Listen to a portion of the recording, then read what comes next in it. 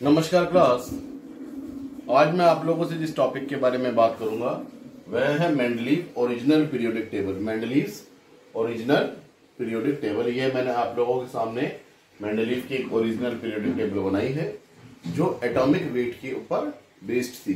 पहली चीज तो इसकी कैरेक्टरिस्टिक में सबसे पहली चीज क्या आएगी बेटा कि इसमें जो अरेंजमेंट किया गया है वो on behalf of atomic weight किया गया है। एलिमेंट्स को उनके एटॉमिक वेट के इंक्रीजिंग ऑर्डर में उनको अरेंज किया गया है। ठीक है, अब इसमें टोटल मिलाकर कितने एलिमेंट्स हैं? इसमें टोटल मिलाकर हैं बेटा 63 एलिमेंट्स। यानी मेंडलीव ने जब पीरियोडिक टेबल जब बनाई तो उसने 63 एलिमेंट्स तक तो बना लिए उसने। ठीक है, अब एक चीज और है इसके अंदर में कि क्या खास बात थी इसमें कि ये मेंडलीव जो था वो पहला साइंटिस्ट था जिसने एलिमेंट्स को प्रॉपरली अरेंज किया था ताकि उनकी स्टडी को आसान बनाया जा सके। तो ये कुछ चीजें थी जो मेंडलीव की पीरियोडिक टेबल में थी। अब हर पीरियोडिक टेबल में एक आपको कुछ मेरिट्स भी मिलेंगी तो कुछ डीमेरिट्स भी मिलेंगी। अब मेंडलीव की पीरियोडिक टेबल की डीमेरिट्स क्या थी और मेरिट्स क्या थी, मैं उनकी आपके सामने बात करूंगा। सबसे पहले मैं आपको बात बताऊंगा study of elements. Study of elements means कि he was the first scientist who arrange the elements in a proper way. उसने एलिमेंट्स को प्रॉपर वे में अरेंज किया। वो पहला साइंटिस्ट था जिससे एलिमेंट्स की स्टडी करना आसान हो गया। सबसे पहली चीज। दूसरा, प्रेडिक्शन ऑफ न्यू एलिमेंट्स। उसने कुछ जगह इसने खाली छोड़ी। कुछ जगह इसने खाली कौन सी छोड़ी इसने? ये देखिए, जैसे ये वाली जगह हो गई आपके पास, यह हो गई। ठीक है, यह हो गई। मतलब 4 जगह की बात कर रहा था जिस जगह वो कह रहा था कि भैया एलिमेंट्स आ सकते हैं। कौन कौन सी जगह होती है समझिए, मैं आपको बताता हूं। गंगा से जमुना तक, गंगा GASC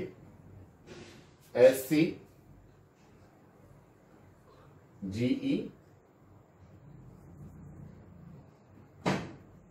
तक, टेक्नीशियम। क्लियर? इसका मतलब वो एलिमेंट्स कौन कौन से थे? Gallium, scandium, germanium, technetium. ये 4 एलिमेंट्स आप लोगों के सामने हैं। ये 4 एलिमेंट्स के लिए वो कह रहा था कि ये और आ सकते हैं यहां पर। अब गैलियम का दूसरा नाम क्या है? गैलियम को बोलते हैं हम लोग इक्का एल्यूमिनियम। स्कैंडियम को कहा जाता है इक्का बोरोन। जर्मेनियम को कहा जाता है इक्का सिलिकन और टेक्नीशियम को कहा जाता है इक्का मैग्नीज। ठीक है, ये इसमें रही। अब इसके बाद में correction of doubtful atomic weight, यानी कुछ ऐसे एलिमेंट भी थे जिनका एटॉमिक वेट का इनको अंदाजा नहीं था कि वेदर इट इज करेक्ट और नॉट। तो वो कौन कौन से एलिमेंट्स थे वह भी आप लोगों को मैं बता देता हूं। देखिए, वह है यूरेनियम, बेरिलियम, इंडियम, ऑरम और platinum. Uranium, beryllium, indium, Aurum means yellow gold जिसके अपन लोग ऑर्नामेंट्स वगैरह देखते हैं आप लोग, और प्लेटिनम। अब देखिए, इसको याद करने का तरीका क्या है बेटा? यू बेईमान इंसान सोना ले गया। अब सोना किस तरीके का होता है बेटा? सोना 2 तरीके का होता है। Gold is of 2 types. First yellow gold and second is white gold. Yellow gold means Aurum and white gold means platinum. तो इन 5 एलिमेंट्स का भी एटॉमिक वेट उसने करेक्ट किया। अब देखिए, और इसके अलावा क्या था? अब मैं इसके बाद में इसकी डीमेरिट्स की बात करूंगा। इसमें आपने 3 अच्छाइयां देख ली। अब आप इसकी डीमेरिट्स भी देखिए कि मेंडलीव ने क्या कहा कि भैया हाइड्रोजन एलिमेंट किस जगह आना चाहिए। इसने कहा एल्कली मेटल्स के साथ में आना चाहिए। लेकिन आप एक बात मुझे बताइए, यहाँ पर इसने जब इसको अरेंज किया तो इसने साथ में ये भी कहा कि भैया अरेंजमेंट के साथ साथ में इसकी वैलेंसीज भी इस तरीके की होती है। Okay done. अब अगर मैं हाइड्रोजन की मैं बात करूंगा तो नो डाउट ये H2O बनाता है, बट H2 भी तो बनाता है। इसकी बहुत सारी प्रॉपर्टीज हैलोजन से भी मेल खाती है, तो इसे हाइड्रोजन के साथ में भी रखा जाना चाहिए। इसे एल्कली मेटल्स के साथ में भी रखा जा सकता है। H भी बनाता है, H भी बनाता है। अगर H बना रहा है तो आप इसे एल्कली मेटल्स के साथ में रख सकते हैं, जस्ट लाइक जैसे कि आपने कहा Li+, ठीक है, Na+, K+, ठीक है, lithium ion, sodium ion, potassium ion. अब H- बना रहा है तो H-, hydride ion, fluoride ion, chloride ion, इस तरीके से।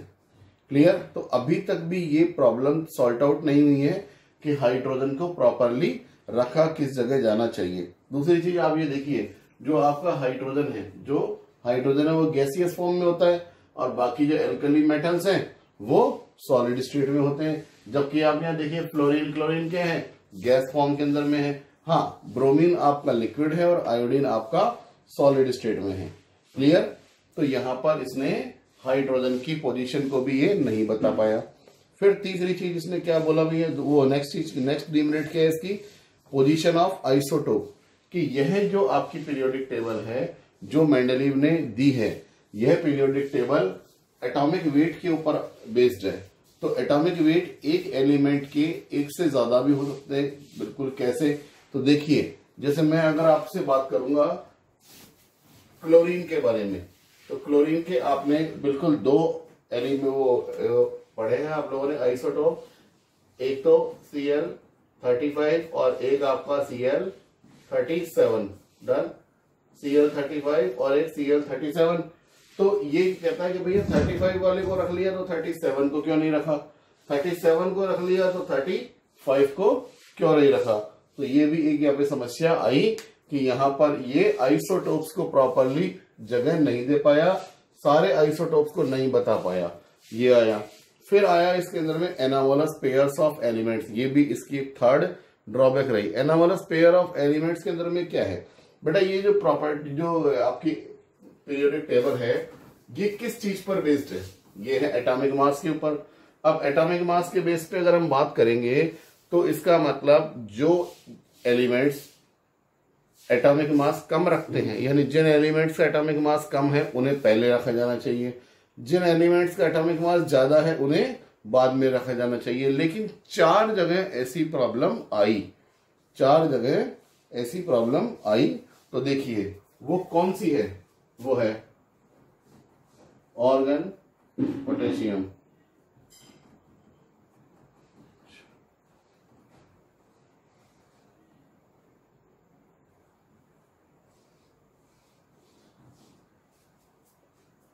ठीक है, यहां आपके सामने है। तो यहां देखिए जैसे ऑर्गन है, ऑर्गन का एटॉमिक मास कितना होता है 39, 40। ऑर्गन का कितना होता है 40 और पोटेशियम का कितना होता है 39। इसके अकॉर्डिंग अगर मैं कहूं कि एलिमेंट किसका एटॉमिक मास ज्यादा है तो मैं कहूंगा ऑर्गन का ज्यादा है, पोटेशियम का कम है। तो पहले कौन आना चाहिए, पोटेशियम पहले आना चाहिए और ऑर्गन बाद में आना चाहिए। लेकिन ऐसा नहीं